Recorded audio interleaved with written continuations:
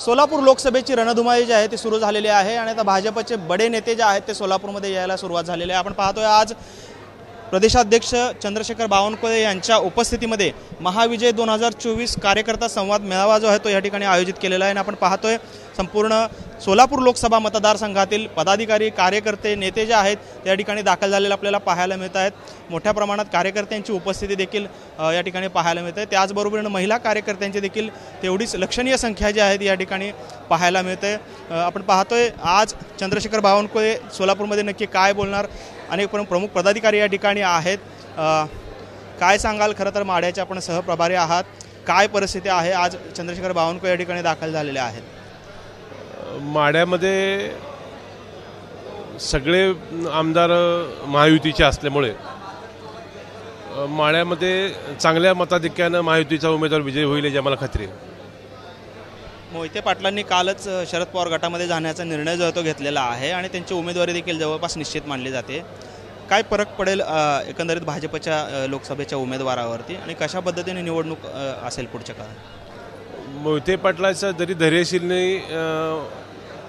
महाविकास आघाडीकडून उमेदवारीचा प्रयत्न चालला आहे, परंतु मला खात्री आहे रणजित सिंह मोहिते पाटील त्याला मान्यता देणार नाहीत। भविष्यामध्ये त्यांच्या घराचा कलह होऊ नये ह्याची अपेक्षा आपण धरूया।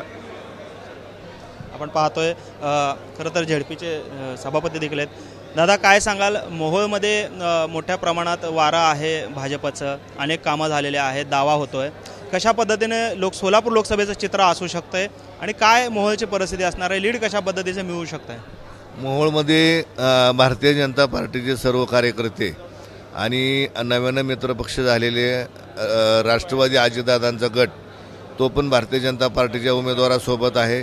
त्याच्यामुळं माझ्या माहितीने 60-65% मतदान हे भारतीय जनता पार्टीच्या उमेदवाराला झाल्याशिवाय राहणार नाही आणि अतिशय चांगलं मताधिक्य हे मोहोळ तालुक्यातून आमचे उमेदवार राम सातपुते साहेबांना निश्चितपणानं होईल।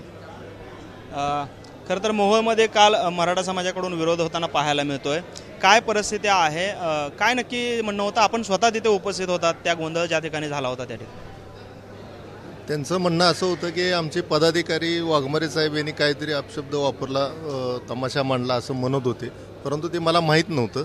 आणि ज्या वेळेला ते मी माहिती घेतली त्यावेळेला जर का असं बोलले असतील, मला त्या दिवशी प्रचार दौऱ्यात असल्यामुळे कुठलीही माहिती नव्हती। त्यांचं म्हणणं होतं की माफी मागावी। मी त्यांना सांगितलं जर असं बोलले असेल तर नक्कीच माफी मागतील आणि मी त्यांना माफी मागायला लावलेलं आहे त्या दिवशी तिथं बोलले। दादा, वडवळमध्ये देखील प्रचाराचा शुभारंभ होता, त्या ठिकाणी देखील गोंधळ झाला, आपण देखील तिथे होतात, काय परिस्थिती होती आणि काय त्याच्यामधून आणि मोहोळची जनतेचं काय मत आहे एकंदरीत भाजपच्या उमेदवारावर?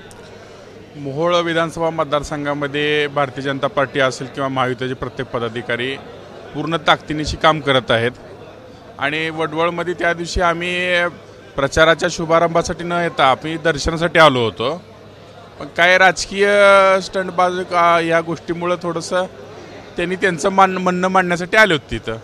त्याच्या व्यतिरिक्त दुसरा असं काय जास्त मोठा इश्यू तिथं झाला नाही। आपण पाहतोय खरं तर सोलापूर आणि माढा लोकसभा मतदारसंघामध्ये भाजपकडून जोरदार तयारी जी आहे ती सुरू आहे आणि त्याच पार्श्वभूमीवरती आज प्रदेशाध्यक्ष चंद्रशेखर बावनकुळे यांचा दौरा जो आहे तो पार पडतोय। या दौऱ्यामध्ये मोहिते पाटील कुटुंब जे आहे ते आता महाविकास आघाडीमध्ये सामील होते, राष्ट्रवादी पवार गटामध्ये सामील होत आहे। नक्की कशा पद्धतीने त्यावरती भाष्य करतायत, काय मार्गदर्शन करतायत हे पाहणं देखील महत्त्वाचं ठरणार आहे। कॅमेरामन विनोद हुमनाबादकरसह सागर सुरवसे, TV9 मराठी, सोलापूर।